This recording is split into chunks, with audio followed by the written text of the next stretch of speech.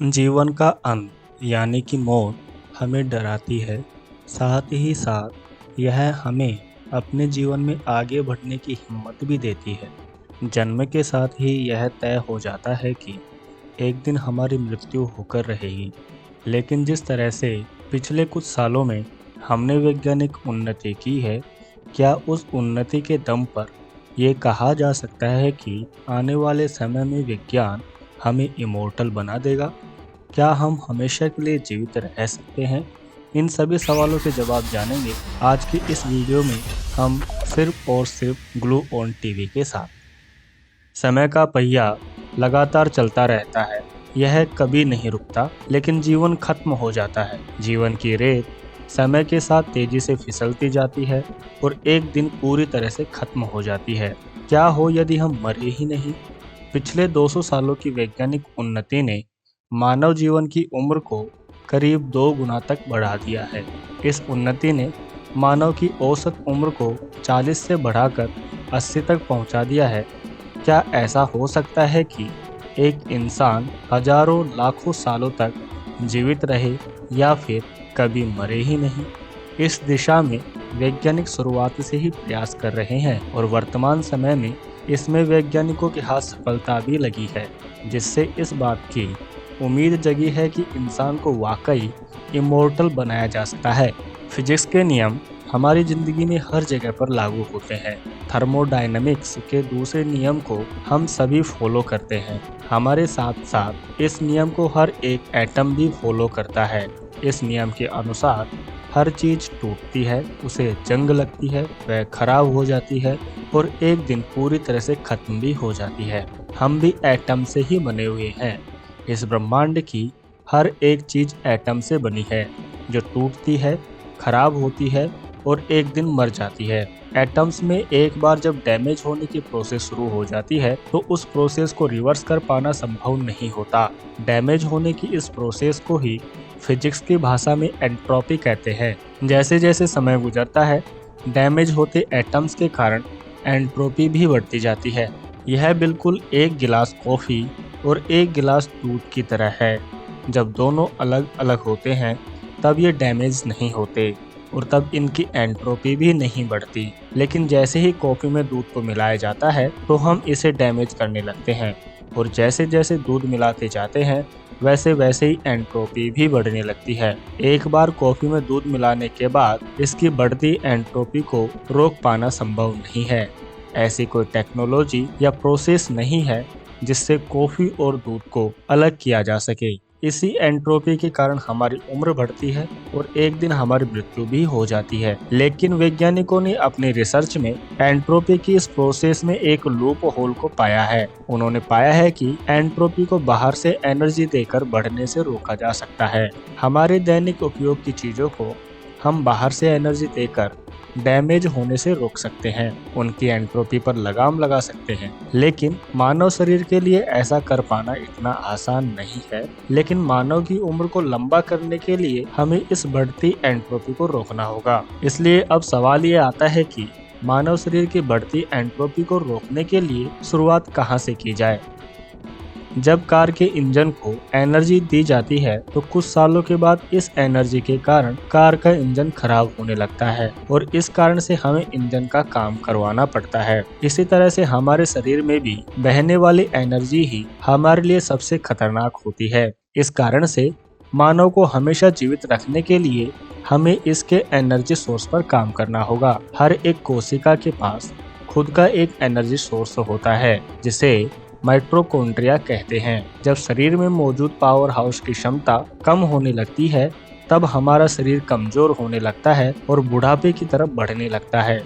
मानव को हमेशा के लिए जीवित रखने के लिए हमें इन पावर हाउस को बचाना होगा। लेकिन ऐसा कर पाना बहुत ही मुश्किल है, क्योंकि शरीर में खरबों कोशिकाएं होती हैं और इन खरबों कोशिकाओं में इतनी ही संख्या में पावर हाउस भी मौजूद होते हैं। वैज्ञानिकों का यह विचार वास्तव में काम करता है या नहीं, इसके लिए वैज्ञानिकों ने यीस्ट और चूहों पर एक्सपेरिमेंट किए हैं। वैज्ञानिकों ने बेकर यीस्ट के माइटोकॉन्ड्रिया में बदलाव करने के लिए उसके डीएनए में मौजूद 2 जीन RAS2 और HCH9 को निकालकर ईस्ट की उम्र को करीब 10 हफ्ते तक बढ़ा दिया। भले ही हमें यह समय काफी कम लगता हो, लेकिन मानव के लिए यह करीब 800 साल का वक्त होता है, जो कि काफी बड़ा वक्त है। ऐसे ही चूहों की कोशिकाओं के डीएनए में बदलाव करके भी बड़ी ही आसानी से चूहों की उम्र को दोगुनी करने में भी सफलता मिली है, और इसी कारण मानव के लिए भी एक आशा की किरण नजर आई है, क्योंकि मानव और चूहों के डीएनए में 90% तक समानता पाई जाती है। आज वैज्ञानिक 60 से भी ज्यादा ऐसे जीनोम की पहचान कर चुके हैं जिन्हें बदलकर उम्र को बड़ी ही आसानी से बढ़ाया जा सकता है। लेकिन क्या आप ऐसे शरीर के साथ जी पाएंगे जिसकी आंखें कमजोर हों, हाथ पैर कांप रहे हों? जीनोम में बदलाव करके हम सिर्फ उम्र को लंबा कर सकते हैं, लेकिन शरीर को हमेशा जवान नहीं रख सकते। बिना ताकत की लंबी उम्र की कोई वैल्यू नहीं होती, इसलिए हमें ऐसे तरीके ढूंढने होंगे जिनसे लंबी उम्र के साथ साथ शरीर को जवान भी रखा जा सके। हमारी सेल्स बहुत सारे काम करती हैं, जिसमें से एक काम ये है कि वे सेल्स की सफाई भी करती हैं। जब भी हम कुछ खाते या पीते हैं, इस दौरान बहुत सारा कचरा हमारे शरीर में पहुंच जाता है। उस कचरे को सेल्स खत्म करने का काम करती हैं। लेकिन कई बार ऐसा होता है कि हमारे शरीर में कुछ ऐसा कचरा आ जाता है जिसे सेल्स खत्म नहीं कर पाती, और उस कारण से उस कचरे को लाइसोसोम में भेजा जाता है। लेकिन जब भेजा गया यह कचरा यहाँ भी खत्म नहीं होता, तो वह यहाँ स्टोर होने लगता है, और इस तरह से बढ़ते ऐसे कचरे के कारण ही हमारा शरीर भी कमजोर पड़ने लगता है और हम बुढ़ापे की तरफ बढ़ने लगते हैं। इसलिए हम कोई ऐसा तरीका ढूंढ निकालें जिससे इस कचरे को लाइसोसोम से भी खत्म किया जा सके, तो हम मानव शरीर की लंबी उम्र के साथ साथ उसे जवान भी बनाए रख सकते हैं। इसलिए वैज्ञानिक ऐसे बैक्टीरिया को ढूंढने की कोशिश में लगे हुए हैं जिनके एंजाइम या फिर जीनोम को किसी भी मानव बॉडी में डाला जा सके और सेल्स में इकट्ठे होते ऐसे कचरे को खत्म किया जा सके। लेकिन ऐसे बैक्टीरिया को ढूंढना और उसे मानव शरीर में डालने लायक बनाने की मंजिल अभी काफी दूर नजर आती है।